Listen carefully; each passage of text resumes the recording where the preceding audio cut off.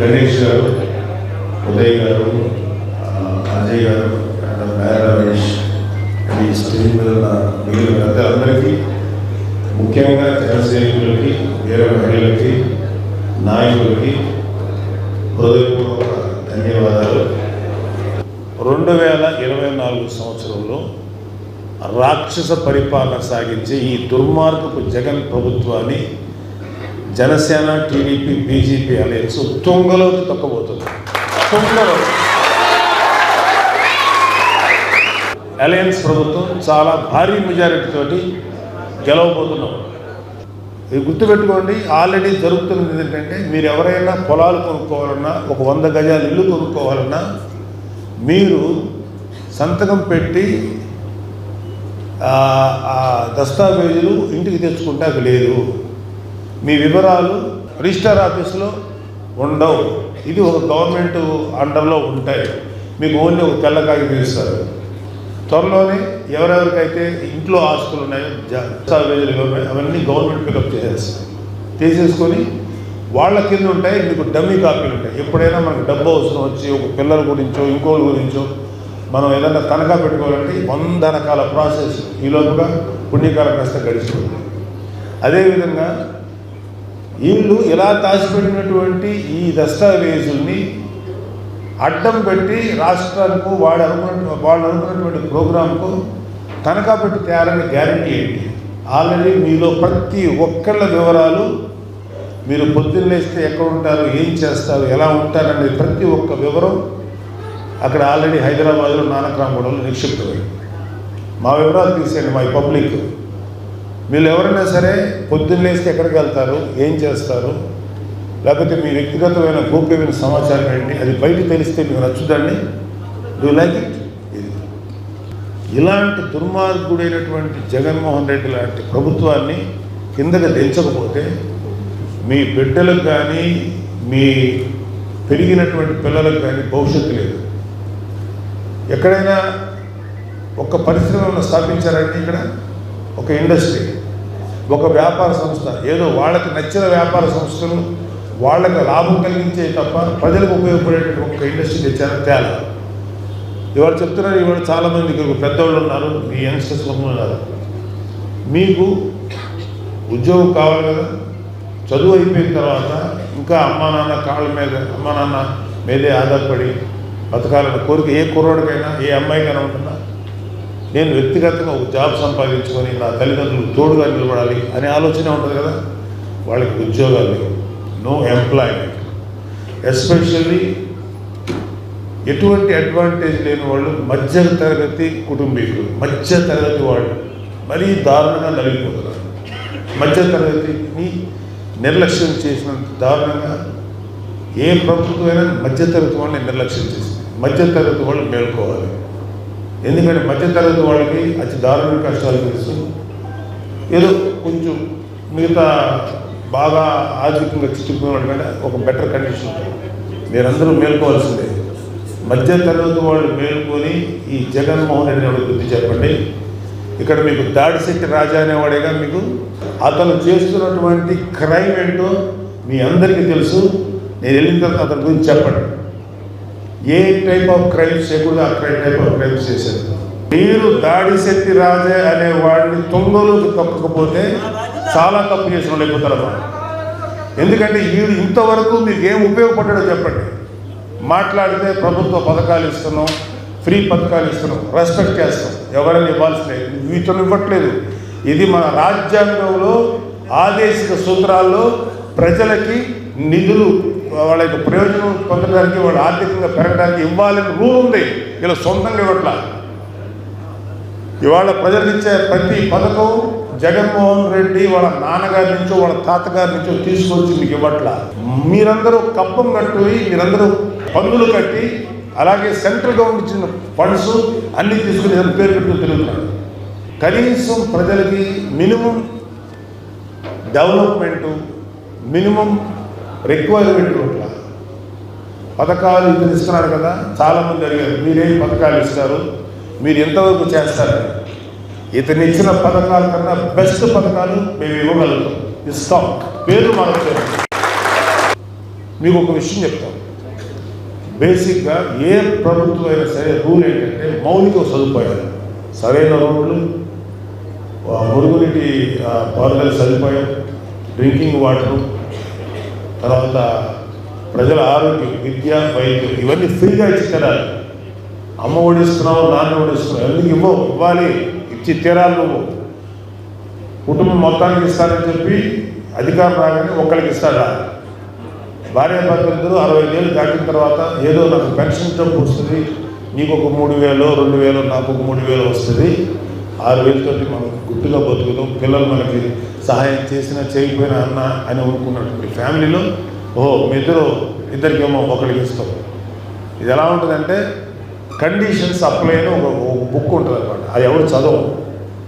ముందు ఇస్తాము, తర్వాత దీని ప్రకారం మీకు కుదరదు. ఏమంటే కర్మగాలి ఒక 2 యూనిట్లు కాలదా మనకి? ఒక మామూలుడికి 2 యూనిట్లు కాలగానే మీకు ఈ పథకాలు వర్తించవు. సో ఇంత చేసి ఇచ్చే పథకాలు ఏమీ లేవు. ఇస్తున్నట్టు పబ్లిసిటీ. ఇతను పథకాలకు ఇచ్చే డబ్బు సపోజ్ ఫర్ ఎగ్జాంపుల్ ₹1,00,00,000 అయితే ఈ పథకాల గురించి అతను ఇచ్చుకునే పబ్లిసిటీ 10 కోట్ల పబ్లిసిటీ ఇచ్చుకున్నాడు. మరి ఆ 10 కోట్ల పబ్లిసిటీ కొత్త జనాలకి ఏమయ్యా స్వామి అని మేము అంటున్నాం. కానీ అతనికి పబ్లిసిటీ కావాలి. ప్రతి ఇంటికి అతికేస్తాడు. జగనన్న మా భరోసా, ఏంటది మా నమ్మకం. ఇంతకన్నా దారుణంగా ఉంటుంది. జగన్మోహన్ రెడ్డి కన్నా మోసగించేవాడు ఎవడన్నా ఉంటాడా? జగనన్న మా నమ్మకం ఇంకెక్కడో. ఆఖరికి మనం వచ్చే పత్రాలు లేకపోతే డాక్యుమెంట్స్లో అదే లేదు. ఎలక్షన్ అయిన తర్వాత అతను ఇంకోసారి రాడు పక్క. అతను నెక్స్ట్ ఏం ప్లాన్ చేస్తాడో చెప్తాడు. ప్రతి నెత్తి మీద ఒక టాటూ వేస్తాడు, జగనన్న మా దేవుడు. అరే మీ ముఖం ఖాళీగా ఉంది, రండి ఇతని ముఖం మీద వేయండి. మళ్ళీ అది కూర్చుంటా కూడా లేదు, పచ్చబట్టేసేస్తాడు. జంగారెడ్డిగూడెంలో కల్తీ సారా, నాటు సారా కాదు, అక్కడ ఎవడో ఒక క్రిమినల్స్, కొంతమంది రాస్కల్స్ మిథైల్ ఆల్కహాల్ అంటారు. మామూలుగా తాగేదేమో ఇంకో పేరు alcohol. Methyl alcohol like petrol, ఇది ఇండస్ట్రీస్లో వాడతారు. వాడు అది తీసుకొచ్చి ఏదో కల్పించాడు. ఇంచుమించు 24 నుంచి 34 మంది చచ్చిపోయారు ఆ ఆల్కహాల్. అదేంటంటే అది చాలా పవర్ఫుల్ ఆల్కహాల్. తాగడానికి అసలు పనిచేయి, తాగే కాదు, వాడు అమ్మేశాడు. అది తాగగానే కడుపులో పేగులు ఒక రబ్బరు గొట్టాన్ని కాలిస్తే ఎలా అయిపోతే అలా అయిపోతుంది. ప్రతి వాడు 18 గంటల నుంచి 24 గంటలు 48 గంటలు చచ్చిపోయారు. వాళ్ళెవరు? ఒక మార్కెట్లో కోడి మాంసం కొట్టుకుని బతికేవాడు, ఒక అతను పెయింట్లు వేసుకొని బతికేవాడు, ఒక ముస్లిం అయినా డ్రైవింగ్ చేసుకొని బతికేవాడు. అలాంటి వాళ్ళు చచ్చిపోతే మేము జనసేన తరఫున వెళ్ళి ఆ చనిపోయిన వాళ్ళు ఓదార్చి ఒక 10,000 20,000 కుటుంబానికి ఇచ్చాం. 24 మందిని మేము కలిసి ఇచ్చాం. అయిపోయిందా? నెక్స్ట్ డే అంటే ఇతను ఎంత అబద్ధాలు కోరాడు ఎగ్జాంపుల్ పెడతా. నెక్స్ట్ డే 3 days తర్వాత శాసనసభ అనేది మనకి టెంపుల్ లాంటిది. దాంట్లో సాక్షాత్తు జగన్మోహన్ రెడ్డి మాట్లాడిన మాట ఏంటంటే, పాపం జంగారెడ్డిగూడెంలో అందరూ వయసు అయిపోయి చచ్చిపోయారు. దేశంలోనో రాష్ట్రంలో ఏదో ప్రాంతంలో మనుషులు చచ్చిపోతారు కదా, ఇది చాలా సహజం కదా, చనిపోయారు. అంతేగాని ఎవరు కల్తీ సారాగా చచ్చిపోలేదు అని చెప్పాడు. నా కళ్ళ ముందు చచ్చిపోయారు చెప్పి నేను శాస్త్రం ఇతను మాట్లాడతాను. అందరూ వయసు అయిపోయి చచ్చిపోయారు చెప్పి వయసు అయిపోయి చచ్చిపోయిన కూడా కొంతమంది ఉన్నారు, 4-5 ఉన్నారు. వాళ్ళ ఎగ్జాంపుల్ చూపించారు. లిటరల్గా ఈ సారా తాగి మిథైల్ ఆల్కహాల్ తాగి చచ్చిపోయారు. మేము వాళ్ళని అడిగాం, మాకు కలెక్టర్ గారి నుంచి ఆర్డర్ వచ్చిందండి, ఈ మిథైల్ ఆల్కహాల్ తాగొద్దు, మామూలుగానే చచ్చిపోయారు చెప్పండి అని చెప్పి ఈ చచ్చిపోయిన కుటుంబం తాలూకు ఆడవాళ్ళని వాళ్ళ మనుషుల్ని ప్రలోభ పెట్టారు. అయినా వాళ్ళు మాకు చెప్పారనుకోండి వేరే సంగతి. ఇలాగ నా కళ్ళ ముందు ఎవరో చెప్తే వినేది కాదు, నా కళ్ళ ముందు జరిగిన ఒక సంఘటనని శాసనసభ సాక్షిగా పచ్చి అబద్ధాలు ఆడుతుంటే జగన్మోహన్ రెడ్డి అనే వ్యక్తి అంటే ఇంత మోసమా, ఇంత దారుణమా? ఇది ఒక చిన్న ఎగ్జాంపుల్. అనేది మానవత్వం అనేది దుర్గెలి మనుషులు తప్ప కాదు. వాళ్ళకి ఒకటే ఒక నమ్మకం బాబు, మీ అందరూ చెప్తారు, మీరందరూ నాకంటే చాలా చిన్నవాళ్ళు, మాకు ఏ పదవుల మీద ఆశ లేదు. నాకు మా ప్రెసిడెంట్ గారు అనకాపల్లి నిలబడమంటే ఆయన ఆజ్ఞ ప్రకారం నిలబడ్డాను. వద్దన్నయ్య నువ్వు దింపు, మనం పొత్తు ధర్మంలో బీజేపీకి వాళ్ళు దింపు ఇవాళ నువ్వు వెనక్కి వచ్చే ఇది బీజేపీకి మనం మా ప్రామిస్ చేయాల్సి వస్తుందని కళ్ళు మూసుకుని వచ్చినా సరే నాకు కొంచెం ఆశ వచ్చింది, అరే 7 నియోజకవర్గాలు సర్వీస్ చేయొచ్చు కదా, అది వదులుకున్నాను హ్యాపీ. ఎందుకంటే నన్ను ఎప్పుడైతే అక్కడి నుంచి రిలీవ్ చేశారో 21 నియోజకవర్గాల్లో 2 ఎమ్మెల్యేల కోసం నేను ఎందుకు హ్యాపీగా క్యాంపెయిన్స్ చేసుకున్నాను, క్యాంపెయిన్ చేసుకున్నాను, ఉపయోగపడతానని చాలా సంతోషంగా ఉంటుంది. ఇవాళ ఉదయ్ నీకు ఎంపీ అభ్యర్థి, అలాగే నాకు బాగా కావాల్సిన ఆత్మీయుడు, నాకు చాలా మా ఇంట్లో వ్యక్తిగా చూసుకునే వ్యక్తి. నెక్స్ట్ మళ్ళీ ఇంకొకసారి వస్తాను, ఈసారి మనం తెలుగుదేశం వాళ్ళతో కలిసి వచ్చారు. ఇక్కడ మీ అందరికీ వ్యక్తిగతంగా ఎక్కువ మంది యూత్ కనపడుతున్నారు, మీ అందరికీ ఒకటే చెప్తున్నా, తెలుగుదేశం, జనసేన, బీజేపీ ఈ 3 కలిస్తే అలయన్స్ కదా. ఇక్కడ తెలుగుదేశం ఎమ్మెల్యే ఉన్నంత మాత్రాన అతను మనకు సంబంధం లేదు అనుకోకూడదు. అతను అలయన్స్ అభ్యర్థి తప్ప ఒక పార్టీకి సంబంధించిన అభ్యర్థి కాదు, అందరు కలిపి అభ్యర్థి. అతను తెలుగుదేశం వాళ్ళకి పనిచేయాలి, జనసేన వాళ్ళకి పనిచేయాలి, బీజేపీ వాళ్ళకి కూడా కలిసి పనిచేయాలి. అది మనం తీసుకోగలిగి మనకి ఇచ్చే బాధ్యత, మనం అడిగి తీసుకునే హక్కు మనకు ఉంది. ఇక్కడ ఎవరు టీడీపీ వాళ్ళు మనకు చేస్తారా చేయరా అని డౌటే పెట్టుకోగలరు. అలాగే లోకల్ బాడీ ఎలక్షన్స్లో మనకి మ్యాక్సిమం 30 నుంచి 40% దాకా మనకి లోకల్ బాడీ ఎలక్షన్స్ కూడా అక్కడ దాకా కూడా అగ్రిమెంట్ అయ్యేవి. చాలాసార్లు మన ప్రెసిడెంట్ గారు చెప్పారు, చాలాసార్లు చెప్పారు. సో మనం పని చేసేటప్పుడు మనసులో ఎటువంటి భేదాభిప్రాయాలు లేకుండా కలిసి పనిచేద్దాం, గెలుద్దాం. ఆ టైంకి వచ్చేటప్పటికి మీకోసం ఇక్కడ గణేష్ గారు ఉన్నారు, లేకపోతే ఉదయ్ గారు ఉన్నారు, మీ అవసరాలని మీ యొక్క కోరికల్ని లేకపోతే మీకు జరిగేటువంటి ఇష్యూస్ని ఇక్కడ నిలబడేటువంటి టీడీపీ ఎమ్మెల్యే అడ్రస్ చేస్తాడు, మీకు పరిష్కారం కుదురుస్తాడు, మీకు ఉపయోగపడతాడు. అది అందరికీ ఉపయోగపడేది, మీకు కూడా ఉపయోగపడతాడు. అలాగే జనసేన నిలబడిన చోట టీడీపీ వాళ్ళు మనం సహకరించాలి, చేస్తున్నారు.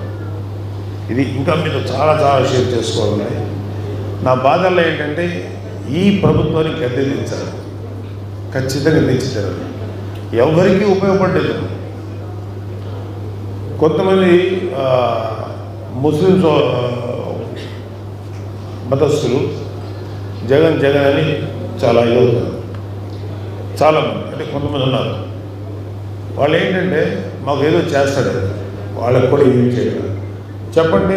ముస్లిమ్స్కి ప్రామిస్ చేసినటువంటి ఎన్ని ప్రామిస్ నిలబెట్టుకున్నాడు, అక్కడ ఫెయిల్ అయిపోయాడు. క్రిస్టియన్స్ అని ఒక్కొక్క ఎమోషన్ తీసుకొస్తారు. క్రిస్టియన్ మిషనరీ భూముల్ని కబ్జా చేసిన బాబుకి వీళ్ళందరూ ఈ బ్యాచ్ మొత్తం, అంటే వాళ్ళకి కులం లేదు, మతం లేదు, జాతి లేదు. ఇదే అంటారు జగన్, కులం లేదు, మతం లేదు, జాతి లేదు, ఎవరి భూములైనా ఎవరి ఆస్తులైనా కబ్జా చేస్తాం, దొబ్బేస్తారు. ఇది అతని స్లోగన్.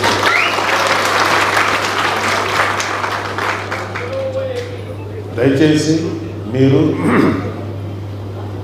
ఈరోజు తునిలో దాడిశెట్టి రాజా అనే ఒక లీడర్ పతనం స్టార్ట్ అవ్వాలి. ఇతను చేస్తున్న క్రైమ్స్ మీరు 100% గణేష్ గారు మీరందరూ బయట పెట్టండి. ఒక్కటి గుర్తుపెట్టుకోండి, వీళ్ళేదో చేస్తారు, బెదిరిస్తారు, అస్సలు భయపడకండి. వీళ్ళు ఒక్క దెబ్బ కొడితే మనం 100 దెబ్బలు కొడతామని మాత్రం వార్నింగ్. ఒక్క దెబ్బకు 100. ఎప్పుడు కొడతామో ఎలా కొడతామో తెలియదు, అది కొడతాం. సో ప్రజాస్వామికంగా ఫైట్ చేస్తే ప్రజాస్వామికంగా ఫైట్ చేద్దాం, అప్రజాస్వామికంగా ఫైట్ చేస్తే అప్రస్వామికంగా ఫైట్ చేద్దాం. నువ్వు దేంతో వస్తే దాంతోనే వస్తావు. Even I'm ready at the age of 65, I'm ready to fight on the roads if they are coming with violence. నువ్వు వైలెన్స్తో వస్తావు, నేను కూడా వస్తా. మా ప్రెసిడెంట్ గారు sir we are ready for anything. కానీ మేము ఎలాంటి జోలికి వెళ్ళాం, వ్యక్తిగత విమర్శల జోలికి వెళ్ళాం, ఫ్యామిలీస్ జోలికి వెళ్ళాం, అలాంటి తప్పుడు పనులు చేయం. మీరు సంస్కారం వదిలేసి నీచంగా నికృష్టంగా ఎవరెవరి వ్యక్తిగత జీవితాలు ఏముంటాయి అని ఎదుగుతున్నారు. వైసీపీ వాళ్ళందరికీ ఒకటే చెప్తారు, మీ ప్రతి వాడి వ్యక్తిగత జీవితం మా దగ్గర ఒక 10,000 రూపులకు సరిపడా చిట్టా మా దగ్గర ఉంది. కానీ మేము ఎప్పుడు అది బయట పెట్టాలి. మీ ప్రతి వాడి జీవితం గురించి మాకు తెలుసు.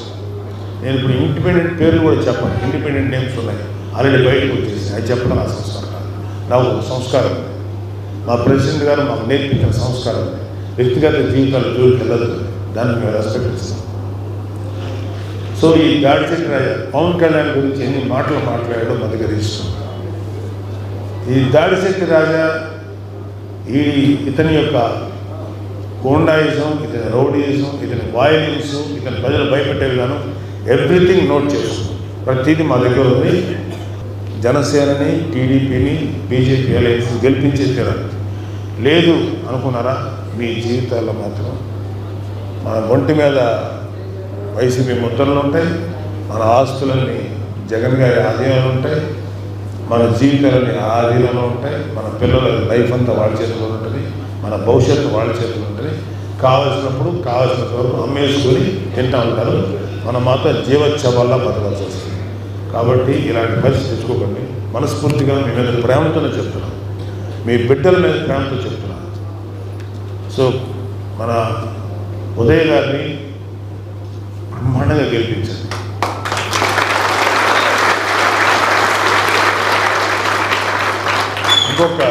ఇంకొక విషయం, కూర్చోండి. ఇక్కడ సునీల్ గారిని ఒక ఆయన ఎంపీ ఉన్నాడు. ఈ సునీల్ అనే ఎంపీ ఇప్పుడు మీకు ఎంపీ. ఇతను ఒకప్పుడు నా సినిమా ప్రొడ్యూస్ చేశాడు, ఎర్రబాబుని ఒకటి శివాజీతో, లండన్లో ఉండేవాడు. మంచోడే అప్పుడు, ఇప్పుడు కాదు. ఇతను ఇంకా ఎంపీ అవ్వాలి. చాలామంది జనం అయ్యో సునీల్ గారు 2 సార్లు ఎంపీ, ఈసారి దయచేసి మీ మనసులో సింపతి, సానుభూతి తీసేయండి సార్. సింపతి చూపించక ఎవరైనా సరే సింపతి చూపించి గెలిపించారా, ఆ నెత్తి మీద ఎక్కి కూర్చుంటారు. ఈ జగన్మోహన్ రెడ్డి మీద మీరు సింపతి చూపించి గెలిపించారు, పాపం నెత్తి మీద ఎక్కి కూర్చున్నారు. ఇతని గురించి చెప్తాను, ఈ సునీల్ అనే ఎంపీ గురించి చెప్తాను.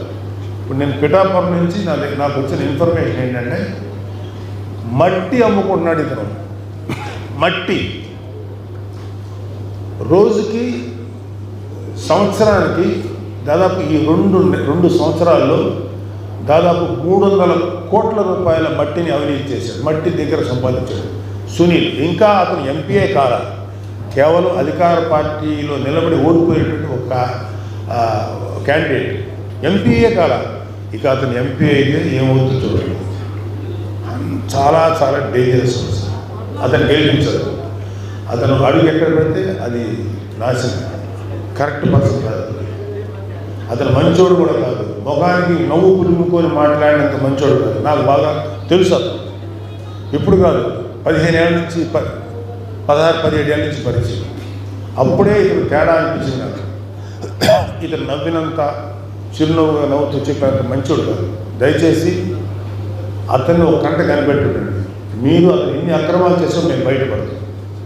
కానీ అతను ఏదేదో మాయ చేసి, మసిపూసి, మారేడుకాయ చేసి ఇచ్చేది. ఎందుకంటే వైసీపీ వాళ్ళకు ఉన్న దరిద్రం ఏంటంటే, వాళ్ళ దగ్గర కొన్ని మోడల్లో ఆర్టిఫిషియల్ ఇంటెలిజెన్స్ టెక్నిక్స్ ఉన్నాయి.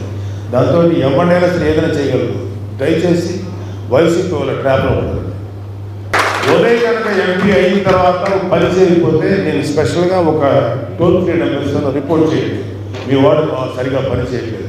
ఖచ్చితంగా ఉదయం వదలము.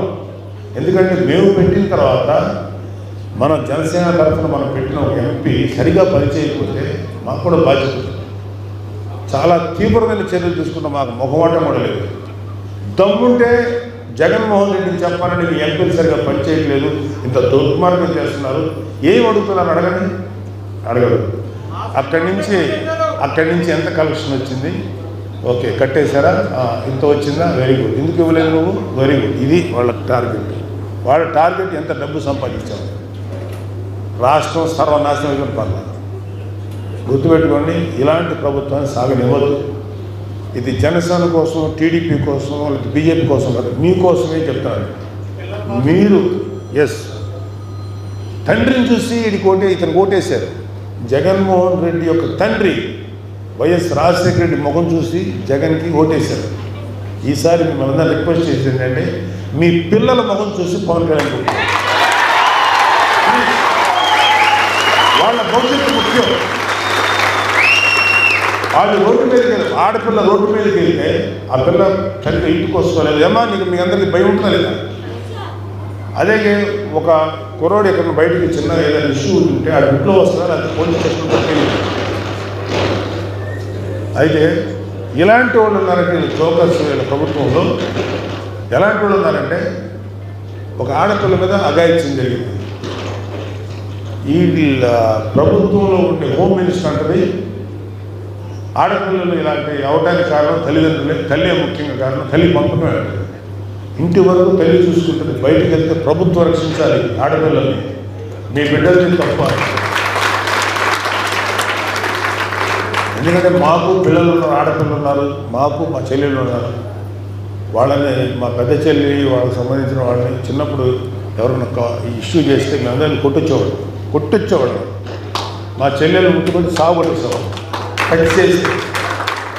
మరి మీ పిల్లలకు లేదా అది రక్షణ లేదా అంటే మీ బాధ్యత. బిడ్డను చదివించుకోరమ్మా, బిడ్డకు ఉద్యోగాలు లేదా చంపేస్తారు అంటే అఘాయిత్యం చేస్తారు, అత్యాచారం చేస్తారు. ఇది వీళ్ళ ప్రభుత్వం విధానం ఏంటంటే పాపం వాళ్ళు తప్పేమి లేదు అని. ఇంకొకటి వచ్చేసి ఒక గృహిణిని రేపు అత్యాచారం చేసేది ఆవిడే, మన హోమ్ మినిస్టర్ ఎవరైతే ఉందో ఆవిడ అంటది పాపం వాళ్ళు అప్పు వాళ్ళకి అప్పు ఇవ్వాలి, వాళ్ళ ఆవేశంలో కోపంలో రేపు చేస్తారు పాపం. ఇదే నేను చెప్పేది, కోపంతో రేపు చేస్తారు. నువ్వు పైగా సింపతి చూపిస్తుంది. ఎవరైతే తప్పు చేశారో, ఎవరైతే దుర్మార్గం చేశారో, అత్యాచారం చేశారో వాడి మీద సింపతి చూపించి అత్యాచారం బలైన ఒక ఆడ మనిషిని అవమానంగా మాట్లాడారు. ఇది వాళ్ళ సంస్కారం. ఇంకొక అతను ఉంటాడు ధర్మాన ప్రసాద్ అనే ఒక అతను ఉంటాడు. జనాలకు రోడ్లు కావాలా, పథకాలు కావాలా, ఏది కావాలి? నువ్వేమి అడుగు తినే రాష్ట్రాన్ని కాదు బాగు చేసింది, సుసంపన్నంగా ఉన్న రాష్ట్రాన్ని తీసుకొని సర్వనాశనం చేశారు. మాకు రోడ్లు కావాలి, లేకపోతే మాకు తాగునీరు కావాలి, మాకు సాగునీరు కావాలి, మాకు డ్రైనేజ్ సౌకర్యం కావాలి, మా పిల్లలకు ఉద్యోగాలు కావాలి, ఇవన్నీ మనకు కావాలి. ప్లస్ పథకాలు కూడా కావాలి. పథకాలు నీ తాత సొమ్ము, నీ బాబు సొమ్ము నుంచి ఎవరు ఇవ్వడం, ఏ ఎమ్మెల్యేనో ఏ ఎంపీ ఇవ్వడం, మన డబ్బుల్నే ఇస్తున్నారు. అది రోడ్లు కావాలా, లేకపోతే పథకాలు కావాలంటే అతను మినిస్టర్ రోడ్లు కావాలా? ఇదే మీలో ఎవరైనా సరే రోడ్లు పథకాలు ఎలా ఇవ్వాలి? రోడ్లు కావాలి కదండి, మా వెహికల్స్ తిరగాలి కదా, అదే కదా మనం ట్రాన్స్పోర్టేషన్ ఉండాలి కదా. ఒక ఊరు నుంచి కూరగాయలు ఇంకో ఊరికి వెళ్ళాలంటే ట్రాన్స్పోర్టేషన్ ఉండాలి కదా. ఇది వాడేది. అన్నిటికన్నా కామెడీ బొత్స సత్యనారాయణ గారు. ఆయన ఏం మాట్లాడితే ఆయనకే అర్థం కాదు. ఆయన అంటాడు ఎక్కువ చదివేసుకోవడం వల్ల నిరుద్యోగ సమస్య వచ్చింది. ఎవడైనా భూప్రపంచంలో ఎక్కువ చదువుకుంటే నిరుద్యోగ సమస్య అంటాడండి. ఎక్కువ చదివేసుకుంటున్నారు, మరి నిరుద్యోగం వచ్చేసింది, మనం ఏం చేస్తాము అంటాడు. ఇది కాదు సార్, మాకు చాలా ఇష్టం, ఆయనకి వ్యక్తిగతంగా ఇష్టం. బొత్స గారికి చెప్పాలి, వాళ్ళు ఎట్లా అన్నారు సార్ మీరు అనకండి అనిపిస్తుంది. ఇది వాళ్ళ ఉద్దేశం. ఇది జగన్మోహన్ రెడ్డి యొక్క ఇది. నాకు చెప్పుకుంటూ పోతే ఈ చేటబారదు. కేవలం ప్రజల కోసం తన జీవితాన్ని, తన వ్యక్తిత్వం, తనకున్నటువంటి పేరుని అన్నిటిని వదిలేసి మీ ముందుకు వచ్చాడు పవన్ కళ్యాణ్ గారు. ఆయనతో పాటు మేము కూడా నిలబడ్డాము. దయచేసి ఆయన గెలిపించుకోండి. మీ పిల్లల భవిష్యత్తు కోసం మంచి ఇది తీసుకోండి, నిర్ణయం తీసుకోండి. పవన్ కళ్యాణ్ గెలిపించండి. అలాగే టీడీపీలో రేపు గవర్నమెంట్ ఫామ్ అయిన తర్వాత ప్రభుత్వానికి చెప్పి ఏ పథకాలు మనకు అవసరం ప్రజలందరికీ చెప్పి కన్విన్స్ చేయడమా, రూల్ ప్రకారం చెప్పడమా, లేకపోతే బలవంతంగా చేసిన ఇన్ కేస్ ఒకవేళ అయినా తీసుకురాగలండి పవన్ కళ్యాణ్ గారు. అది అతని యొక్క గొప్ప. అంతేకాదు తనకున్న సెంట్రల్ కనెక్షన్స్ ఉన్నాయి, అద్భుతమైనటువంటి పలుకుబడి ఉంది. అంటే పెద్ద వాళ్ళతో మన రాష్ట్రానికి ఎంత ఉపయోగపడతాడో అతనికి మనం అధికారం ఇస్తే అంత తీసుకోవచ్చు. ప్లీజ్ పవన్ కళ్యాణ్ గారు లాంటి వ్యక్తిని గెలిపించుకోండి. ఈయన కష్టపడి పైకి వచ్చిన వ్యక్తి, కొన్ని లక్షల మందికి, వేల మందికి ఉద్యోగాలు లేకపోతే భవిష్యత్తు ఇచ్చిన వ్యక్తి ఉదయ్ గారు. అంత జీవితాన్ని ప్రజల కోసం ఇచ్చాడు. ఆయన గెలిపించాం. అతను గెలిపించుకుంటే ఎలాంటి స్కీములు తెస్తాడో, ఎలాంటి ఉపయోగపడి తెస్తాడో తన బాధ్యత. సెంట్రల్ నుంచి మీ అందరికీ ఉపయోగపడేలా అతను గెలుచుకుంటాడు. ఇక్కడ ఇంకొక మాట ఏంటంటే, రేపు సునీల్ కర్మగారి గెలిస్తే సెంట్రల్ ఆడి మాట, అతని మాట ఎప్పుడు అదే ఉదయం నిలబడితే మన మాట సెంట్రల్ గవర్నమెంట్ హానర్ చేస్తుంది. ఎందుకంటే మనం సెంట్రల్ గవర్నమెంట్ అలైన్ వాళ్ళతోటి సయోధ్యలో ఉన్నాం. సో ఉదయ్ గారు ఈ పని మీరు చేసి పెట్టండి, ఉదయ్ గారు మాట్లాడగలరు, సెంట్రల్ నుంచి ఫండ్ తీసుకురాగలరు. ఇతను గెలిపిస్తేనే ఇక్కడ మన పని జరుగుతుంది. ఈ సునీల్ని గెలిపిస్తే ఎటువంటి పని జరగదు. జనసేన గెలిపించుకుందాం. జై జనసేన, జై జనసేన.